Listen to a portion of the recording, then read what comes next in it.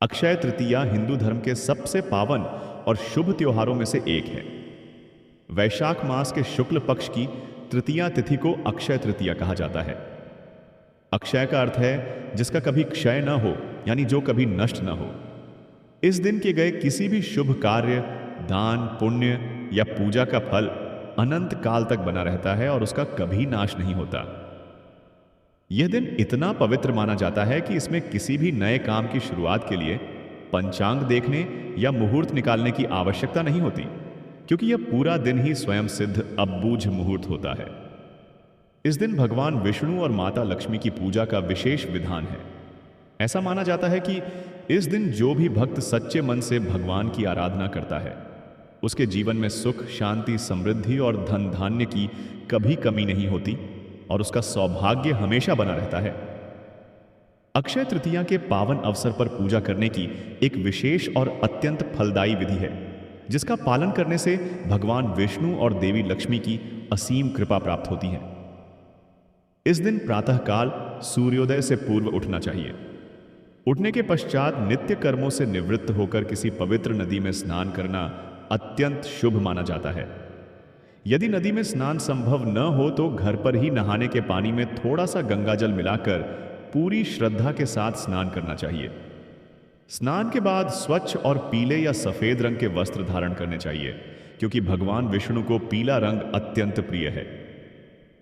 वस्त्र धारण करने के बाद घर के मंदिर या पूजा स्थल को अच्छी तरह से साफ करना चाहिए।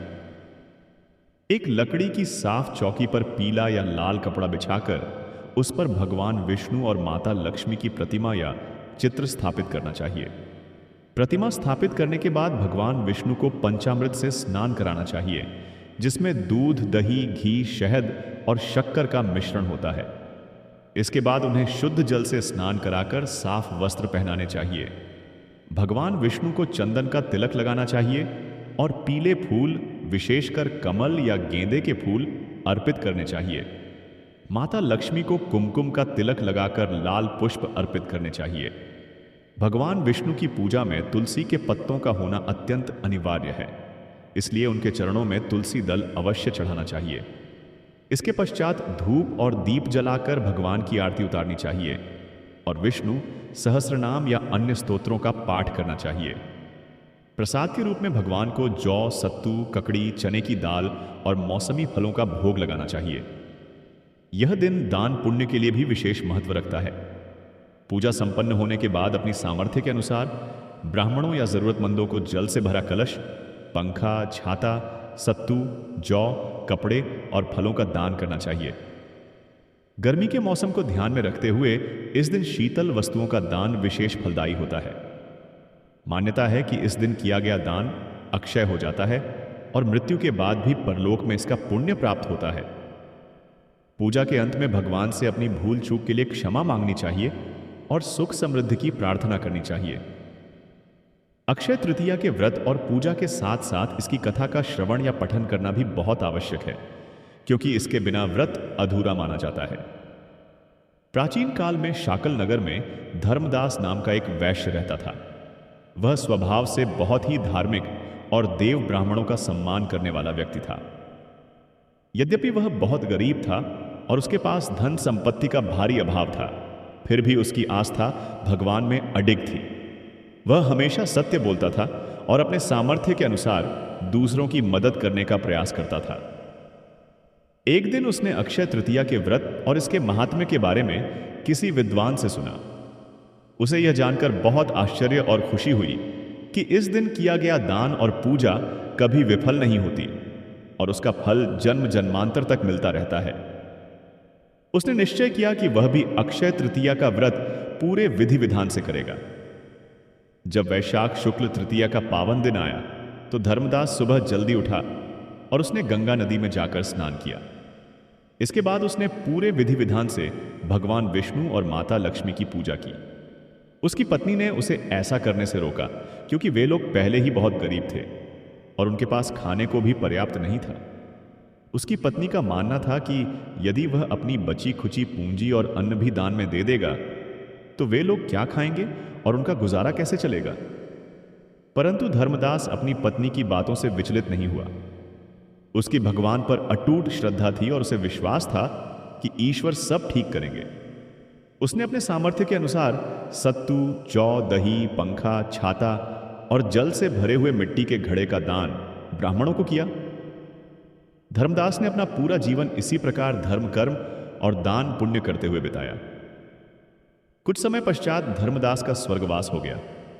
अक्षय तृतीया के दिन किए गए व्रत और दान के प्रताप से उसे अपने अगले जन्म में कुशावती नगरी के राजा के रूप में जन्म मिला। इस जन्म में वह बहुत प्रतापी, वीर और धनवान राजा बना। उसके राज्य में किसी भी चीज की कमी नहीं थी और उसकी प्रजा बहुत सुखी तथा संपन्न थी।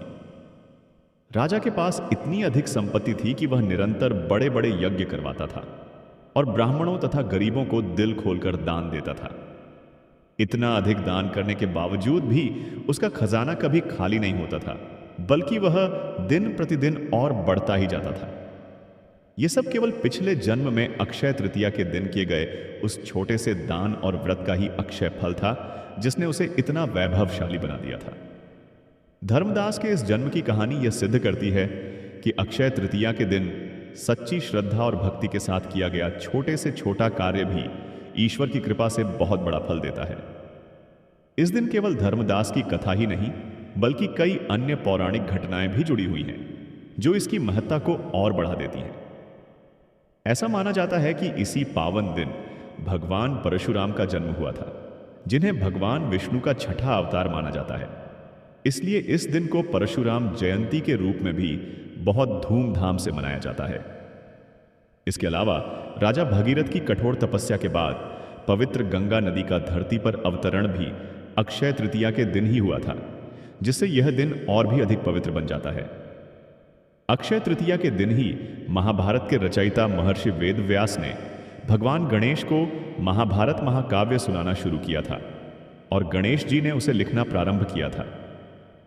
इस दिन को भगवान कृष्ण और उनके बाल सखा सुदामा के मिलन से भी जोड़ा जाता है। जब गरीब सुदामा अपने मित्र कृष्ण से मिलने द्वारका पहुंचे थे, तो उन्होंने कृष्ण को उपहार स्वरूप मुट्ठी भर भुने हुए चावल भेंट किए थे।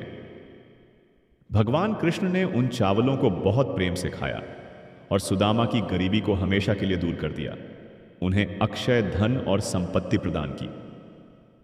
इसी दिन पांडवों को वनवास के दौरान सूर्यदेव से अक्षय पात्र मिला था, जिसमें कभी भी भोजन समाप्त नहीं होता था जब तक कि द्रौपदी भोजन न कर ले। यह पावन दिन हमें यह सिखाता है कि भौतिक संपदा से अधिक आध्यात्मिक संपदा और दान का महत्व है। जब हम निस्वार्थ भाव से दान करते हैं और भगवान की शरण में जाते हैं, तो हमारे जीवन की सभी बाधाएं दूर हो जाती हैं। अक्षय तृतीया पर सोना या चांदी खरीदने की भी बहुत पुरानी परंपरा है। लोग मानते हैं कि इस दिन खरीदी गई कोई भी मूल्यवान वस्तु उनके घर में स्थायी रूप से वास करती है और परिवार में बरकत लाती है। लेकिन यह समझना भी उतना ही महत्वपूर्ण है कि यदि कोई सोना या कीमती वस्तुएं नहीं खरीद सकता, तो केवल जौ या मिट्टी का एक कलश खरीदना और उसे दान करना भी उतना ही शुभ होता है। मुख्य बात आपकी भावना और श्रद्धा है। इस प्रकार जो भी व्यक्ति इस अक्षय तृतीया के पावन अवसर पर उपवास रखता है, सच्चे हृदय से भगवान श्री हरि विष्णु और माता लक्ष्मी का ध्यान करता है, कथा सुनता है और अपनी क्षमता के अनुसार दान देता है, वह इस लोक में सभी सुखों को भोगकर अंत में मोक्ष को प्राप्त करता है। अक्षय तृतीया का केवल पौराणिक ही नहीं, बल्कि अत्यंत गहरा ज्योतिषीय महत्व भी है। हिंदू पंचांग के अनुसार साल में 3.5 अम्बुज मुहूर्त होते हैं, जिनमें से एक अक्षय तृतीया है। इस दिन सूर्य और चंद्रमा दोनों ही अपनी उच्च राशि में स्थित होते हैं। सूर्य मेष राशि में और चंद्रमा वृषभ राशि में गोचर कर रहा होता है। ज्योतिष शास्त्र में यह स्थिति बहुत ही दुर्लभ और अत्यंत शुभ मानी जाती है, क्योंकि सूर्य और चंद्रमा की यह युति पृथ्वी पर सकारात्मक ऊर्जा का अद्भुत प्रवाह करती है। इस दिन कोई भी नया कार्य जैसे विवाह, गृह प्रवेश, नया व्यापार शुरू करना या भूमि खरीदना बिना किसी पंचांग परामर्श के किया जा सकता है। ऐसा माना जाता है कि इन दोनों प्रमुख ग्रहों के उच्च अवस्था में होने के कारण इस दिन ब्रह्मांड से जो रश्मियां निकलती हैं, वे मानव जीवन के सभी कष्टों को दूर करने और सौभाग्य को अनंत गुना बढ़ाने की क्षमता रखती हैं। भारत विविधताओं का देश है और अक्षय तृतीया को देश के विभिन्न हिस्सों में अलग अलग तरीकों और नामों से मनाया जाता है। छत्तीसगढ़ और उड़ीसा के कई हिस्सों में इसे अकती के नाम से जाना जाता है और इस दिन किसान अपने खेतों में बीज बोने की शुरुआत करते हैं। उनका मानना है कि इस दिन बोया गया बीज अक्षय फसल देगा और कभी अकाल नहीं पड़ेगा। राजस्थान में इस दिन भारी संख्या में विवाह होते हैं। खासकर ग्रामीण इलाकों में इसे विवाह के लिए सबसे पवित्र दिन माना जाता है, जिसे आँखा तीज भी कहते हैं। दक्षिण भारत में इस दिन भगवान विष्णु के साथ साथ भगवान कुबेर और माता लक्ष्मी की विशेष पूजा की जाती है, क्योंकि कुबेर को देवताओं का कोषाध्यक्ष माना जाता है। यह भी मान्यता है कि इसी दिन भगवान शिव ने माता पार्वती को भोजन की देवी अन्नपूर्णा के रूप में प्रकट किया था। इसलिए रसोई घर की साफ सफाई और अन्नपूर्णा स्तोत्र का पाठ करने से घर में कभी अन्न की कमी नहीं होती। अक्षय तृतीया के साथ एक और अत्यंत महत्वपूर्ण धार्मिक घटना जुड़ी हुई है। वह है भगवान बद्रीनाथ के कपाट खुलना। शीतकाल के लंबे समय तक बंद रहने के बाद हिमालय की गोद में स्थित श्री बद्रीनाथ धाम के कपाट भक्तों के दर्शनार्थ इसी पावन दिन खोले जाते हैं। इसी दिन भगवान विष्णु के नर और नारायण अवतार का भी प्राकट्य हुआ था। नर और नारायण ने बद्रीनाथ धाम में ही कठोर तपस्या की थी ताकि वे सृष्टि का कल्याण कर सकें।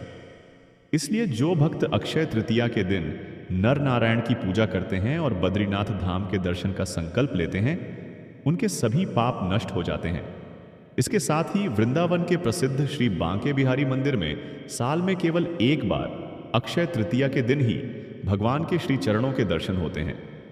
बाकी पूरे साल उनके चरण वस्त्रों और आभूषणों से ढके रहते हैं।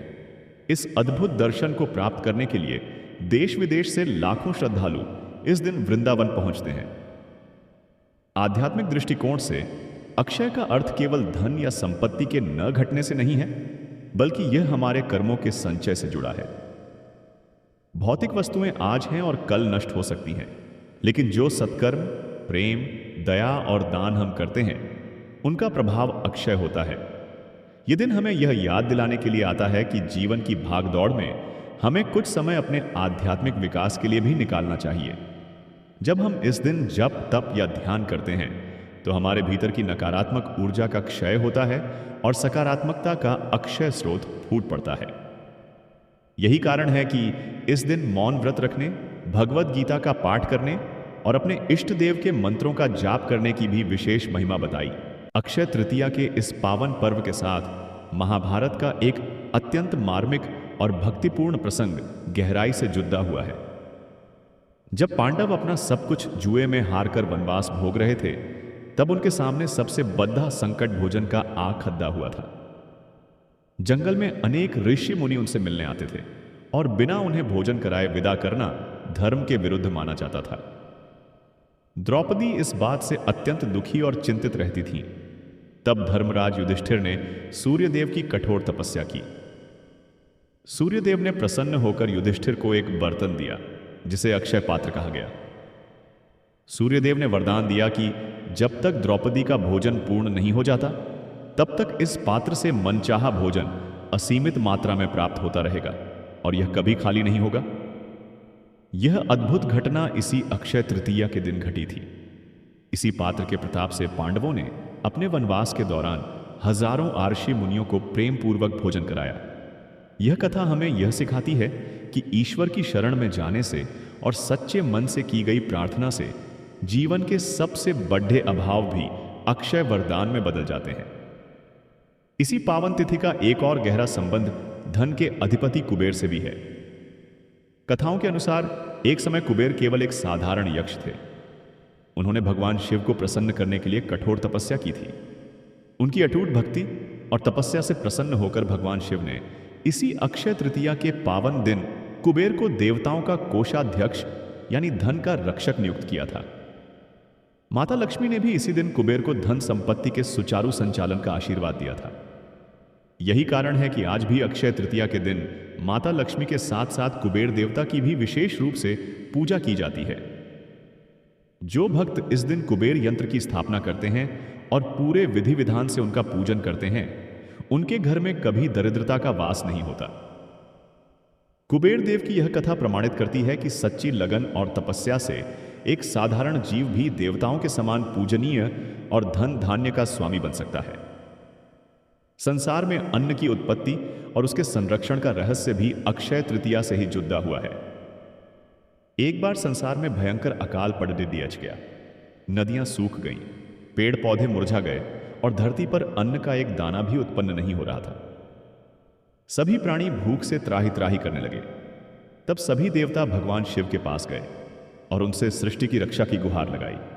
पृथ्वी पर जीवों के कष्ट को दूर करने के लिए भगवान शिव की पत्नी माता पार्वती ने अक्षय तृतीया के दिन ही माता अन्नपूर्णा का रूप धारण किया था।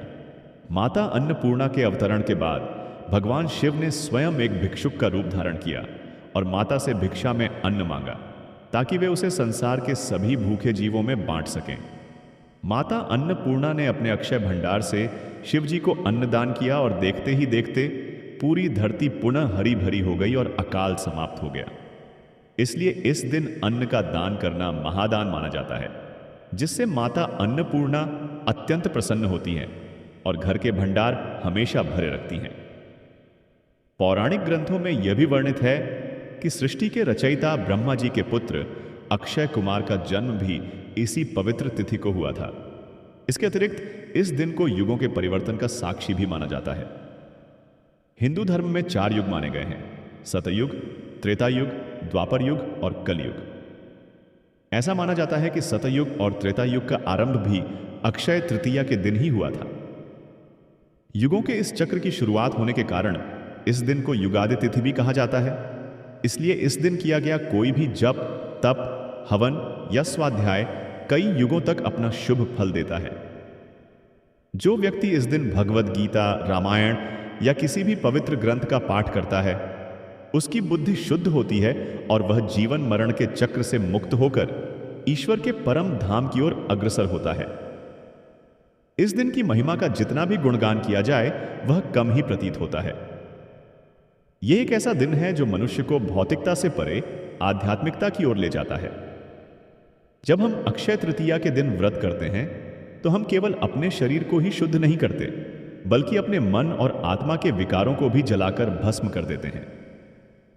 व्रत के दौरान मन में किसी के प्रति ईर्ष्या, द्वेष या क्रोध का भाव नहीं लाना चाहिए, अन्यथा व्रत का फल नष्ट हो जाता है। पूरा दिन ओम नमो भगवते वासुदेवाय मंत्र का मानसिक जाप करते रहना चाहिए। शाम के समय पुनः भगवान की आरती करनी चाहिए और उसके बाद सात्विक भोजन ग्रहण करके व्रत खोलना चाहिए। यह संपूर्ण प्रक्रिया मानव जीवन को एक नई ऊर्जा से भर देती है, जिससे वह अपने जीवन पथ पर आने वाली हर कठिनाई का सामना मुस्कुराहट और ईश्वर पर अटूट विश्वास के साथ कर पाता है।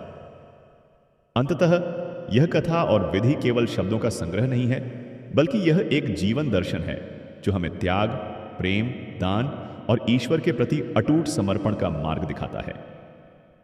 अक्षय तृतीया का यह अद्भुत पर्व केवल उत्तर भारत तक ही सीमित नहीं है, बल्कि पूर्वी भारत में, विशेषकर भगवान जगन्नाथ की पावन नगरी पुरी में इस दिन का एक अलग ही दिव्य और भव्य स्वरूप देखने को मिलता है। इसी पवित्र तिथि से भगवान जगन्नाथ की प्रसिद्ध चंदन यात्रा का शुभारंभ होता है। ग्रीष्म ऋतु की चिलचिलाती धूप और भीषण गर्मी से भगवान को शीतलता प्रदान करने के लिए उनके श्री विग्रह पर सुगंधित और शीतल चंदन का लेप किया जाता है। यह उत्सव पूरे 21 दिनों तक अत्यंत धूमधाम से चलता है। चंदन यात्रा के दौरान भगवान की उत्सव मूर्तियों को भव्य रूप से सजाई गई नौकाओं में विराजमान करके नरेंद्र सरोवर में नौका विहार कराया जाता है। इस दृश्य की भव्यता, पानी की लहरों पर पड़ती रोशनी और इसका आध्यात्मिक सौंदर्य इतना मनमोहक होता है कि इसे देखने मात्र से ही जन्म जन्मांतर के संताप मिट जाते हैं। ऐसा माना जाता है कि जो भक्त इस दिन भगवान को चंदन अर्पित करता है या इस दिव्य चंदन यात्रा के दर्शन करता है, उसके जीवन के सभी कष्ट उसी प्रकार शांत हो जाते हैं जैसे चंदन की शीतलता से शरीर का ताप मिट जाता है। वृंदावन धाम में भी इस दिन का नजारा किसी अद्भुत अलौकिक स्वप्न से कम नहीं होता। श्री बांके बिहारी जी के मंदिर में पूरे वर्ष भगवान के श्रीचरण वस्त्रों और सुगंधित पुष्पों से ढके रहते हैं, लेकिन केवल अक्षय तृतीया ही वह एकमात्र दिन है जब भगवान अपने भक्तों को अपने कोमल श्रीचरणों के दर्शन देते हैं। इसे चरण दर्शन कहा जाता है मंदिर के कपाट खुलते ही जब भगवान के चरणों की एक झलक मिलती है तो वह दृश्य इतना जादुई और प्रकाशवान होता है कि भक्त भाव विभोर हो उठते हैं। ऐसा लगता है मानो साक्षात ईश्वर अपने भक्तों पर अमृत की वर्षा कर रहे हों। इस दिन भगवान को सत्तू, शीतल जल और चंदन का विशेष भोग लगाया जाता है। मान्यता है कि बांके बिहारी जी के इन चरणों से ही संपूर्ण ब्रह्मांड की ऊर्जा और भक्ति का प्रवाह होता है। जो भी श्रद्धालु अक्षय तृतीया के दिन इन पवित्र चरणों के दर्शन कर लेता है वह सीधे वैकुंठ धाम का अधिकारी बन जाता है और उसे सांसारिक जन्म मरण के बंधनों से सदैव के लिए मुक्ति मिल जाती है। इस पावन तिथि के साथ जीवन के सबसे बड़े सत्यों और रहस्यों का उद्घाटन भी होता है। महाभारत के प्रसंगों में हमें यह शिक्षा मिलती है कि सच्चा दान वह नहीं है जो अहंकार या दिखावे के लिए प्रचुर मात्रा में किया जाए, बल्कि सच्चा दान वह है जो निस्वार्थ भाव से और पूर्ण श्रद्धा के साथ किया जाए। अक्षय तृतीया हमें यही सिखाती है कि दान की मात्रा महत्वपूर्ण नहीं है, बल्कि दान के पीछे की भावना महत्वपूर्ण है। जब आप पूर्ण समर्पण के साथ ईश्वर के नाम पर एक मुट्ठी अन्न या एक मिट्टी के कलश में जल भी किसी प्यासे को देते हैं तो वह ब्रह्मांड के सबसे बड़े खजाने से भी अधिक मूल्यवान हो जाता है। इस दिन किया गया कोई भी सत्कर्म, चाहे वह किसी भूखे को भोजन कराना हो, किसी निर्धन की सहायता करना हो या मूक पशु पक्षियों के लिए जल की व्यवस्था करना हो, वह हमारे संचित कर्मों में एक ऐसा स्वर्ण बनकर झुंडता है जिसकी चमक युगों युगों तक फीकी नहीं पड़ रहती। आर्षि मुनियों ने इस दिन को आत्म मंथन और आध्यात्मिक जागरण का सबसे श्रेष्ठ समय बताया है। जब हम सांसारिक उलझनों से घिरे होते हैं तो अक्सर अपने मूल स्वरूप को भूल जाते हैं। अक्षय तृतीया की यह पवित्र बेला हमें रुककर अपने भीतर झांकने का अवसर देती है। इस दिन ब्रह्म मुहूर्त में उठकर ध्यान लगाने से एकाग्रता सिद्ध होती है। जो साधक इस दिन मौन धारण करके केवल ईश्वरीय नाम का स्मरण करते हैं उनके मन की सारी मलिनता धुल जाती है। भगवान विष्णु और माता लक्ष्मी के स्वरूप का ध्यान करते हुए यदि विष्णु सहस्र नाम या श्री सूक्त का पाठ किया जाए तो घर की दरिद्रता का नाश होता है और चारों दिशाओं से सकारात्मक ऊर्जा का प्रवेश होता है। यह दिन प्रकृति के साथ हमारे संबंध को भी प्रगाढ़ करता है। इसीलिए इस दिन वृक्ष लगाने की भी महान परंपरा रही है, क्योंकि एक वृक्ष पीढ़ियों तक छाया और जीवन देता है, जो स्वयं में एक अक्षय कर्म है। जीवन एक लंबी यात्रा है और इस यात्रा में हम जो भी कर्म करते हैं वही हमारा वास्तविक धन है। अक्षय तृतीया का यह अवसर हमें यह स्मरण कराता है कि भौतिक संपदा और शरीर अंततः इसी मिट्टी में मिल जाने हैं, परंतु आत्मा के उत्थान के लिए किए गए सत्कर्म, भक्ति और निस्वार्थ सेवा कभी नष्ट नहीं होते। वे एक अमिट छाप बनकर हमारे साथ उस परम सत्ता तक जाते हैं। इसलिए इस पावन दिन पर अपने भीतर के अंधकार को मिटाकर ज्ञान और भक्ति का दीप जलाना चाहिए। भगवान श्री हरि का ध्यान करते हुए यह संकल्प लेना चाहिए कि हम अपने जीवन को सत्य, धर्म और करुणा के मार्ग पर ले जाएंगे। अक्षय तृतीया की यह कथा और पूजा विधि केवल कर्मकांड नहीं है, बल्कि यह एक जीवन जीने की कला है जो मनुष्य को उसके वास्तविक लक्ष्य की ओर ले जाती है और अंततः उस परम मोक्ष को प्राप्त कराती है जहां केवल अनंत आनंद और शांति का वास है। इस पावन दिन के साथ भगवान श्री कृष्ण और उनके बाल सखा सुदामा के मिलन का जो अत्यंत मार्मिक प्रसंग जुद्धा है, वह भक्ति की सबसे सुंदर और भव्य तस्वीर प्रस्तुत करता है। जब हम उस दृश्य की कल्पना करते हैं तो मन के भीतर एक अत्यंत सिनेमाई और सजीव चित्र उभरने लगता है। एक ओर द्वारकाधीश भगवान श्री कृष्ण का स्वर्ण मंडित भव्य और अलौकिक प्रकाश से जगमगाता हुआ महल है और दूसरी ओर फटे पुराने वस्त्रों में लिपटे अत्यंत कमजोर काया वाले दरिद्र ब्राह्मण सुदामा महल के द्वार पर खड़ी डीहे हैं। सुदामा के मन में अपार संकोच है कि त्रिलोकीनाथ उन्हें पहचानेंगे या नहीं, लेकिन जैसे ही कृष्ण को अपने मित्र के आने की भनक लगती है वे सारे राजकाज छोड़ दहाकर नंगे पांव दौड़ पढ़ाते हैं। कृष्ण ने अपने उस गरीब मित्र को अपने राज सिंहासन पर बिठाकर अपने आंसुओं से उनके चरण धोए।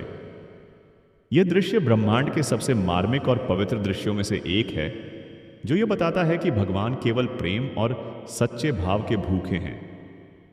जब सुदामा ने अत्यंत संकोच के साथ अपनी फटी हुई पोटली से भुने हुए चावलों की वह छोटी सी भेंट भगवान को दी, तो कृष्ण ने उसे ब्रह्मांड के सबसे स्वादिष्ट और दुर्लभ अमृत के समान ग्रहण किया।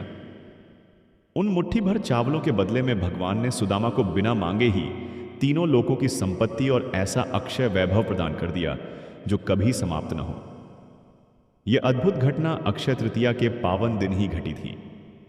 यह मोक्ष अमृत कथा हमें यह स्पष्ट रूप से सिखाती है कि ईश्वर को भौतिक वस्तुओं की विशालता या दिखावे से प्रसन्न नहीं किया जा सकता, बल्कि हृदय की पवित्रता और सच्ची श्रद्धा से की गई छोटी सी भेंट भी उन्हें वशीभूत कर लेती है। इसी पावन तिथि के साथ भगवान परशुराम के प्राकट्य का भी अत्यंत ओजस्वी प्रसंग जुड्ढा है। वैशाख शुक्ल तृतीया के दिन ही भगवान विष्णु ने माता रेणुका और महर्षि जमदग्नि के घर परशुराम के रूप में अपना छठा अवतार लिया था। भगवान परशुराम का स्वरूप अत्यंत तेजस्वी, ओजपूर्ण और भव्य माना जाता है। उनके एक हाथ में वेद और दूसरे हाथ में परशु यानी फरसा है, जो ज्ञान और असीम शक्ति के अद्भुत संतुलन का साक्षात प्रतीक है। इस दिन उनके अवतरण की इस कथा का स्मरण करने से व्यक्ति के भीतर के सभी भय, संकोच और दुर्बलताएं नष्ट हो जाती हैं। परशुराम जी ने समाज में फैले अन्याय, अहंकार और अधर्म का नाश करके सत्य और धर्म की पुनर्स्थापना की थी। इसलिए अक्षय तृतीया के दिन शक्ति और ज्ञान दोनों की पूर्ण निष्ठा से उपासना की जाती है, ताकि मनुष्य अपने जीवन में आने वाली हर भौतिक और आध्यात्मिक बाधा को अपने पक्के इरादों और ईश्वरीय कृपा से पार कर सके। इसके अलावा जब हम इस पावन दिन पर किए गए महादान और तप की बात करते हैं, तो राजा भगीरथ की वह ऐतिहासिक और कठोर तपस्या भी इसी दिन फलीभूत हुई थी। अपने पूर्वजों की भस्म हो चुकी आत्माओं को मोक्ष दिलाने के लिए राजा भगीरथ ने वर्षों तक ऐसा कठोर तप किया कि स्वर्ग से पवित्र और चंचला गंगा नदी को धरती पर आना पड़ा। गंगा का धरती पर वह पहला और अलौकिक अवतरण इसी अक्षय तृतीया के दिन हुआ था। गंगा के उस भयंकर वेग को भगवान शिव ने अपनी जटाओं में धारण किया और फिर उसे बड़े ही शांत रूप में धरती पर प्रवाहित किया।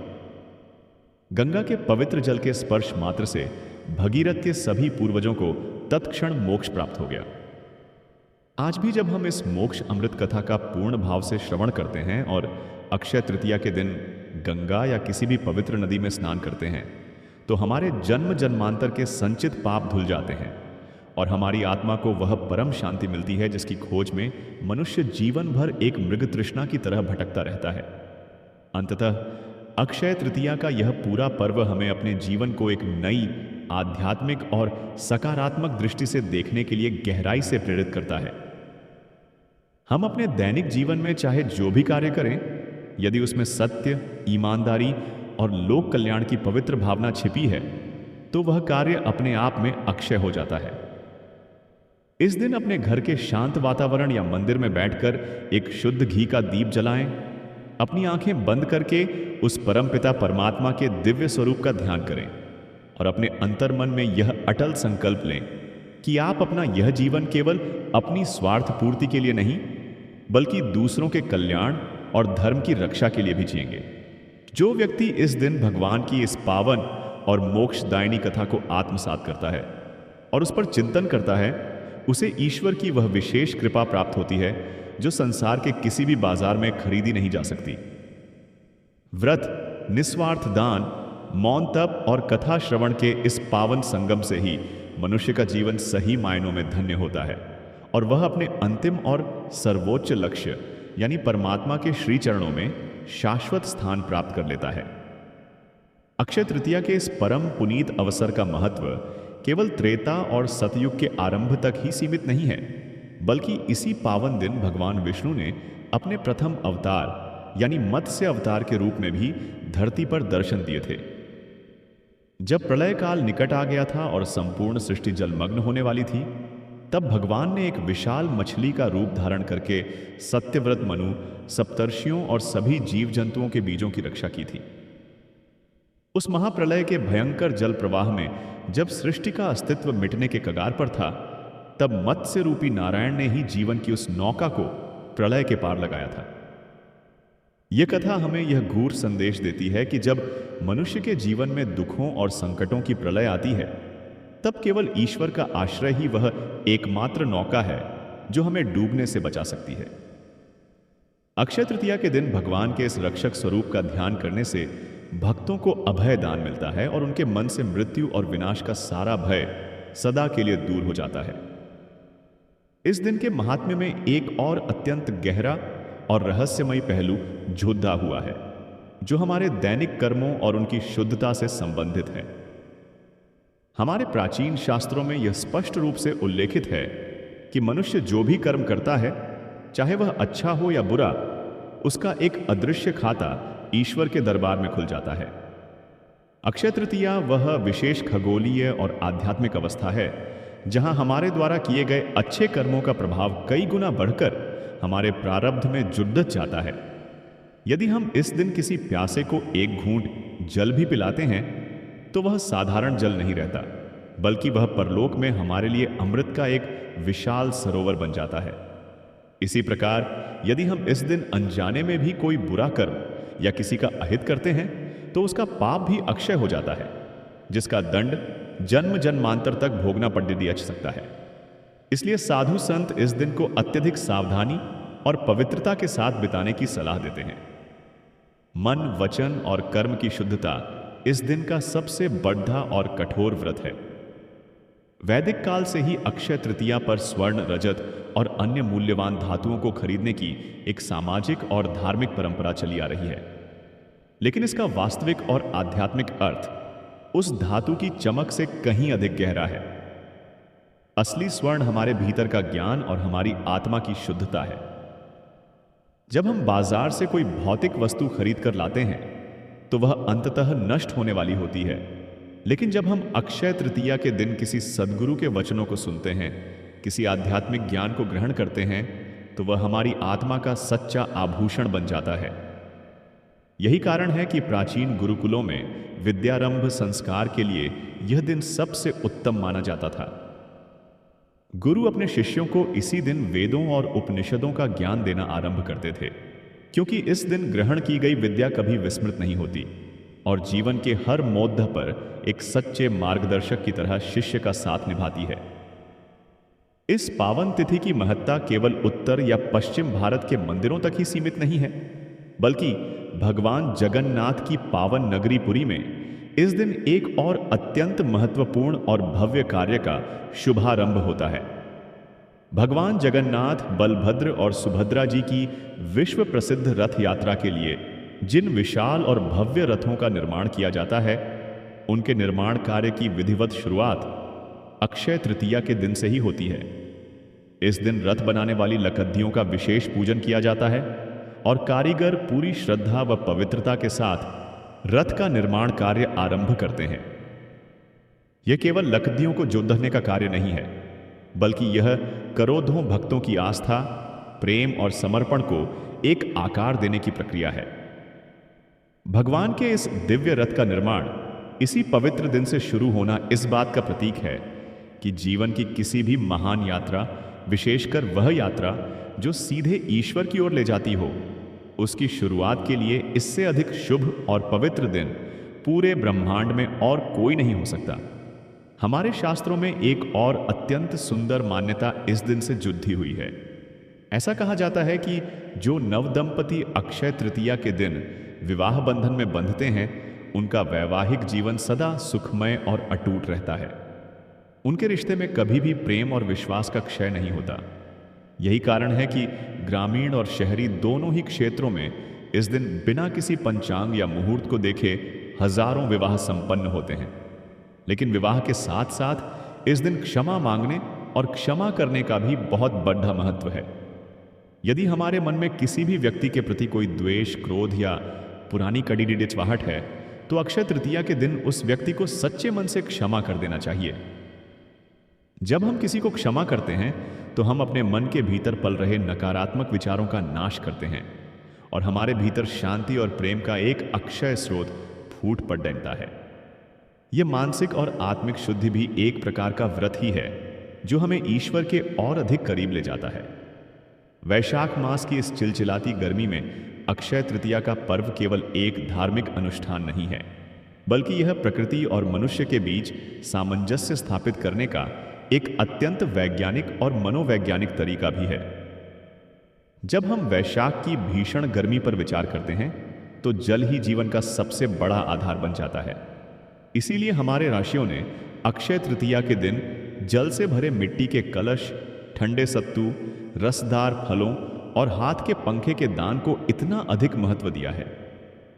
जब कोई भक्त इस दिन किसी प्यासे राहगीर को मिट्टी के घड़े का शीतल जल पिलाता है तो वह केवल उसकी प्यास नहीं बुझाता, बल्कि वह उस व्यक्ति की आत्मा को तृप्त करता है।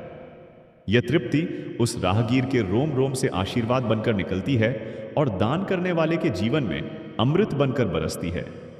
गर्मी के इस मौसम में पशु पक्षियों के लिए छतों पर या आंगन में पानी के स्कोरे रखना भी इसी महान दान का एक हिस्सा है, जो हमें सृष्टि के हर छोटे बड़े जीव के प्रति संवेदनशील बनाता है।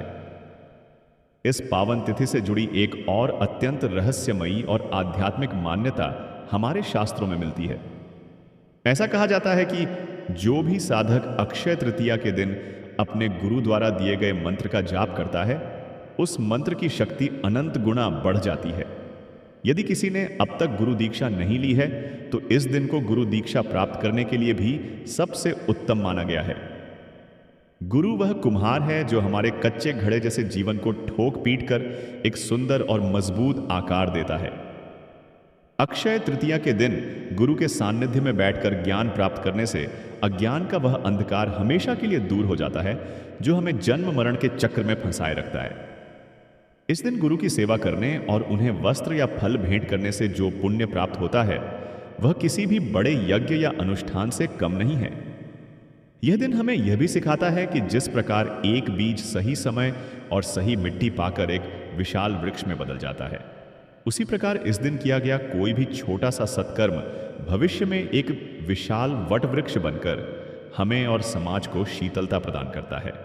व्रत और तपस्या के दृष्टिकोण से अक्षय तृतीया का व्रत अत्यंत ही सात्विक और मन को निर्मल करने वाला होता है। इस दिन उपवास रखने वाले व्यक्ति को केवल अन्न का ही त्याग नहीं करना होता, बल्कि उसे अपने मन के विकारों जैसे काम, क्रोध, लोभ, मोह और अहंकार का भी त्याग करना होता है। शारीरिक उपवास तो केवल एक माध्यम है, असली उपवास तो आत्मा का होता है। समाज और परिवार के स्तर पर भी अक्षय तृतीया का बहुत गहरा प्रभाव पड़ता है। ये एक ऐसा दिन है जब पूरे परिवार के लोग एक साथ मिलकर पूजा अर्चना करते हैं, जो आपसी प्रेम और सद्भाव को बढ़ाता है। घर के बड़े बुजुर्ग जब छोटों को इस दिन अपना आशीर्वाद देते हैं तो वह आशीर्वाद फलीभूत होता है और परिवार में हमेशा सुख शांति बनी रहती है। जो महिलाएं इस दिन माता गौरी और माता लक्ष्मी की एक साथ पूजा करती हैं, उनके सुहाग की उम्र लंबी होती है और उनका घर हमेशा धन धान्य से भरा रहता है। अंत में यह मोक्षदायिनी कथा हमें यही सार देती है कि अक्षय तृतीया कोई साधारण दिन नहीं है, बल्कि यह वह चाबी है जो हमारे लिए अनंत सुख, शांति और ईश्वर के परम धाम के द्वार खोल देती है। जो व्यक्ति बिना किसी स्वार्थ के केवल ईश्वर के प्रति अगाध प्रेम के साथ इस दिन व्रत, दान और तप करता है, वह जीते जी मोक्ष का अनुभव कर लेता है और उसका यह जीवन सदा के लिए सफल हो जाता है। अक्षय तृतीया का यह पावन पर्व नई शुरुआत और नवनिर्माण का सबसे बड़ा प्रतीक है। जब कोई व्यक्ति अपने जीवन के किसी नए अध्याय की शुरुआत करता है, किसी नए विचार को जन्म देता है या अपने किसी पुराने कार्य को एक नया रूप, नई पहचान और नया नाम देकर दुनिया के सामने प्रस्तुत करता है, तो इस पवित्र तिथि से बढ़कर कोई और शुभ मुहूर्त पूरे ब्रह्मांड में नहीं हो सकता। जिस प्रकार एक रचनाकार अपनी कल्पना और शब्दों से एक पूरी नई दुनिया रच देता है, उसी प्रकार अक्षय तृतीया के दिन किया गया कोई भी नया और दृढ़ संकल्प हमारे जीवन की दिशा को पूरी तरह से बदल देता है। इस दिन जिस भी रचनात्मक कार्य, व्यवसाय या नए प्रकल्प की नींव रखी जाती है, उसमें भगवान श्री हरि विष्णु का साक्षात आशीर्वाद जुड़ जाता है और वह कार्य समय के साथ कभी पुराना या क्षीण नहीं होता, बल्कि उसकी कीर्ति चारों दिशाओं में फैलती है। गंगा नदी के तट पर बसे हुए बक्सर जैसे प्राचीन, आध्यात्मिक और पवित्र नगरों में तो अक्षय तृतीया की छटा और इसका महात्म्य और भी अधिक अलौकिक हो जाता है। भगवान श्री राम की शिक्षा दीक्षा की भूमि और महर्षि विश्वामित्र की इस पावन तपोभूमि में जब श्रद्धालु अक्षय तृतीया की सुबह गंगा के पवित्र घाटों पर आस्था की डुबकी लगाते हैं तो वह दृश्य साक्षात वैकुंठ के समान प्रतीत होता है। गंगा की उन शांत लहरों में स्नान करने मात्र से ही जन्म जन्मांतर के संचित पाप और मन के सारे विकार उसी जलधारा में बह जाते हैं। वैशाख की चिलचिलाती धूप में जब इन घाटों पर श्रद्धालु अपने पितरों का तर्पण करते हैं और जरूरतमंदों को सत्तू, मिट्टी के गड्ढे, गुद्दा और हाथ के पंखे का दान करते हैं तो उस दान से जो पुण्य उत्पन्न होता है वह कई जन्मों तक उनके परिवार की रक्षा एक मजबूत ढाल बनकर करता है। गंगा तट की वह शीतल हवा और वहां गूंजते वैदिक मंत्र इस दिन के आध्यात्मिक महत्व को अनंत ऊंचाई तक ले जाते हैं। इस पर्व के पीछे केवल देवी देवताओं की ही नहीं बल्कि मनुष्य के तप और उसके विश्वास की भी बहुत गहरी कहानियां छिपी हुई हैं। अगर हम अक्षय पात्र की कथा को और गहराई से देखें तो यह केवल एक चमत्कारिक बर्तन की कहानी नहीं है। जब पांडव वनवास के दौरान गहन अंधकार और निराशा से गुजर रहे थे तब उनके पास न धन था और न ही कोई सैन्य बल। ऐसी स्थिति में भी उन्होंने अपने धर्म और अतिथि सत्कार का मार्ग नहीं छोड़ा। द्रौपदी की वह सच्ची प्रार्थना और युधिष्ठिर का सूर्य देव के प्रति वह अटल विश्वास ही था जिसने उस साधारण से बर्तन को अक्षय पात्र में बदल दिया था।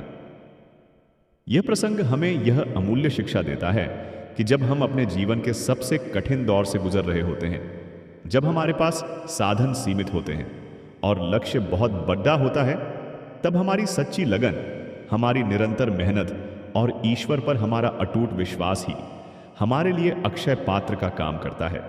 जो व्यक्ति बिना रुके अपने कर्म पथ पर चलता रहता है, प्रकृति स्वयं उसके लिए संसाधनों के नए रास्ते खोल देती है। धन और समृद्धि की देवी माता लक्ष्मी का इस दिन से जो गहरा संबंध है वह भी अत्यंत रहस्यमयी है। ऐसा माना जाता है कि माता लक्ष्मी चंचला हैं, वे कभी एक स्थान पर टिक कर नहीं रहती। लेकिन अक्षय तृतीया वह अद्भुत दिन है जब माता लक्ष्मी भगवान विष्णु के साथ पूर्ण रूप से स्थिर अवस्था में होती हैं। इसलिए इस दिन जो भी भक्त अपने घर के ईशान कोण में शुद्ध घी का दीपक जलाकर श्री सूक्त या कनकधारा स्तोत्र का पाठ करता है, माता लक्ष्मी उस घर को अपना स्थायी निवास बना लेती हैं। बाजार से सोना या चांदी खरीदने की प्रथा भी इसी स्थिरता का प्रतीक है। लेकिन असली संपदा वह धातु नहीं है, बल्कि असली संपदा हमारी वह विद्या, हमारी वह कला और हमारे वह संस्कार हैं जिन्हें हम अपनी मेहनत से अर्जित करते हैं। जब एक रचनाकार अपने विचारों को पन्नों पर उतारता है या समाज को कोई सकारात्मक संदेश देता है तो उसकी वह रचना भी किसी शुद्ध स्वर्ण से कम नहीं होती। और अक्षय तृतीया ऐसे ही बौद्धिक और आत्मिक स्वर्ण को निखारने का सबसे उत्तम दिन है। हमारे प्राचीन आयुर्वेद और स्वास्थ्य विज्ञान में भी इस दिन का विशेष उल्लेख मिलता है। वैशाख मास में जब सूर्य अपनी पूरी ऊर्जा के साथ धरती को तपाता है तब मानव शरीर को शीतलता और सही पोषण की सबसे अधिक आवश्यकता होती है। इसीलिए इस दिन भगवान को सत्तू, ककद्दी, खरबूजा और जल से भरे कलश का भोग लगाने की परंपरा बनाई गई थी। सत्तू केवल एक भोजन नहीं है बल्कि यह भीषण गर्मी में शरीर को लू और बीमारियों से बचाने वाला एक प्राकृतिक अमृत है। जब हम अक्षय तृतीया के दिन इन शीतल वस्तुओं का दान करते हैं तो हम वास्तव में समाज के स्वास्थ्य और कल्याण में अपना योगदान दे रहे होते हैं। यह वैज्ञानिक और धार्मिक परंपराओं का ऐसा सुंदर संगम है जो मनुष्य को प्रकृति के नियमों के साथ जीना सिखाता है। जो समाज प्रकृति के इस चक्र का सम्मान करता है वहां कभी कोई अकाल या महामारी लंबे समय तक नहीं टिक सकती। अक्षय तृतीया के अक्षय होने का एक और सबसे अद्भुत और रोंगटे खड़दीढ़े कर देने वाला प्रसंग महाभारत के चीरहरण कांड से जुदा हुआ है। जब कौरवों की भरी सभा में दुशासन ने माता द्रौपदी का चीरहरण करने का दुस्साहस किया था, तब उस घोर संकट की घड़ी में द्रौपदी ने अपने सभी लौकिक और सांसारिक रिश्तों से उम्मीद छोड़ कर केवल अपने सखा भगवान श्री कृष्ण को पुकारा था।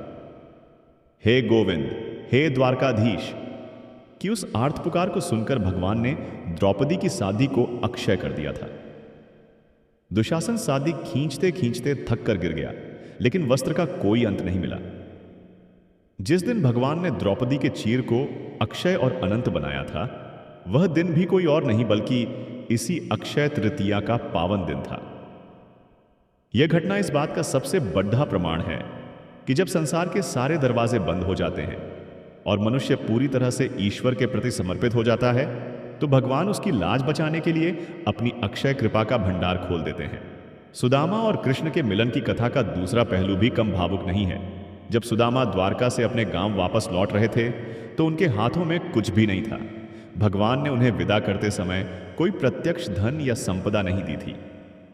रास्ते भर सुदामा यही सोचते रहे कि उनकी पत्नी जब पूछेगी कि कृष्ण ने क्या दिया तो वे क्या जवाब देंगे, लेकिन उनके मन में कृष्ण के प्रति कोई शिकायत नहीं थी, बल्कि वे इसी बात से खुश थे कि भगवान ने उन्हें अपने सीने से लगाया। परंतु जब सुदामा अपने गांव पहुंचे तो अपनी टूटी हुई झोपड़ी की जगह सोने के विशाल और भव्य महल खद्दे देखे। उनकी पत्नी राजसी वस्त्रों में उनका स्वागत करने खद्दी थी। तब सुदामा को समझ में आया कि उनके सखा ने बिना कुछ कहे ही उनकी उस एक मुट्ठी भेंट को अक्षय संपदा में बदल दिया है। ईश्वर का दिया हुआ दान कभी शोर नहीं मचाता, वह अत्यंत शांति से मनुष्य के जीवन को स्वर्ग बना देता है। अक्षय तृतीया की महिमा केवल सोने चांदी के आभूषणों की खरीद फरोख्त तक सीमित नहीं है, बल्कि इसका सबसे बड़ा संबंध जौ बार्ली से है। हमारे प्राचीन ग्रंथों में जौ को स्वर्ण का ही एक रूप माना गया है। मान्यता है कि सृष्टि की रचना के समय ब्रह्मा जी ने सबसे पहले जिस अन्न की उत्पत्ति की थी वह जौ ही था, इसलिए इसे अत्यंत पवित्र माना जाता है। अक्षय तृतीया के दिन भगवान विष्णु की पूजा में जौ का प्रयोग अनिवार्य रूप से किया जाता है। जो लोग इस दिन सोना या कीमती धातुएं नहीं खरीद सकते, यदि वे केवल मुट्ठी भर जौ खरीद कर घर लाते हैं और उसे भगवान के चरणों में अर्पित करने के बाद लाल कपड़े में बांधकर अपनी तिजोरी में रखते हैं, तो उनके घर में साक्षात माता लक्ष्मी का स्थायी वास हो जाता है। यह एक अत्यंत सरल लेकिन अचूक उपाय है जो यह सिद्ध करता है कि ईश्वर की पूजा में धन की नहीं बल्कि शुद्ध भाव और आस्था की आवश्यकता होती है। शब्दों, विचारों और कहानियों का भी अपना एक अक्षय संसार होता है। जब कोई रचनाकार या कहानीकार समाज के लिए किसी लंबी और गहरी कथा का निर्माण करता है तो वह केवल शब्द नहीं लिखता, बल्कि वह एक ऐसा संसार रचता है जो श्रोताओं के मन में हमेशा के लिए बस जाता है। अक्षय तृतीया एक ऐसा सिद्ध मुहूर्त है जो किसी भी नए वैचारिक और रचनात्मक काम की शुरुआत के लिए सर्वोत्तम है। यदि आप किसी नए प्रोजेक्ट की शुरुआत कर रहे हैं, किसी नई कहानी को दुनिया के सामने ला रहे हैं या अपनी पुरानी पहचान को एक नया नाम और नया स्वरूप देकर एक नए बैनर तले स्थापित कर रहे हैं, तो इस दिन किया गया वह संकल्प कभी विफल नहीं होता। पुराने को पीछे छोड़ डाकर नए स्वरूप को अपनाना और उसे ऊर्जा के साथ आगे बढ़ाना ही प्रकृति का नियम है। इस पावन दिन पर जो भी नई पहचान या नया काम शुरू किया जाता है, उसे दर्शकों और श्रोताओं का अक्षय प्रेम और अपार सफलता प्राप्त होती है। अक्षय तृतीया के दिन मौन व्रत और मानसिक जाप की भी अपनी एक अलग और अत्यंत शक्तिशाली विधि है। मनुष्य के जीवन में अधिकतर ऊर्जा उसके बोलने और व्यर्थ के विचारों में नष्ट होती है। जब साधक इस दिन सूर्योदय से लेकर सूर्यास्त तक मौन धारण करता है तो उसके भीतर की वह बिखरी हुई ऊर्जा एकत्रित होने लगती है। इस मौन अवस्था में जब वह आंखें बंद करके ओम नमो भगवते वासुदेवाय का मानसिक जाप करता है तो उसका मन एकदम शांत और पारदर्शी हो जाता है। उसे अपने भीतर ही ब्रह्मांड के दर्शन होने लगते हैं। यही वह अवस्था है जहां मनुष्य को अपनी आत्मा के दर्शन होते हैं और उसे यह ज्ञान प्राप्त होता है कि वह इस शरीर से अलग एक शाश्वत और अक्षय आत्मा है। इस ज्ञान की प्राप्ति ही मनुष्य के जीवन का परम लक्ष्य है। इस प्रकार जो भी व्यक्ति इस अक्षय तृतीया के दिन दान, स्नान, व्रत और भगवान श्री हरि की इस पावन कथा का निरंतर श्रवण और पठन करता है, उसके जीवन से दरिद्रता, रोग और अज्ञान का हमेशा के लिए नाश हो जाता है और वह अंतकाल में भगवान विष्णु के परम धाम वैकुंठ को प्राप्त करता है।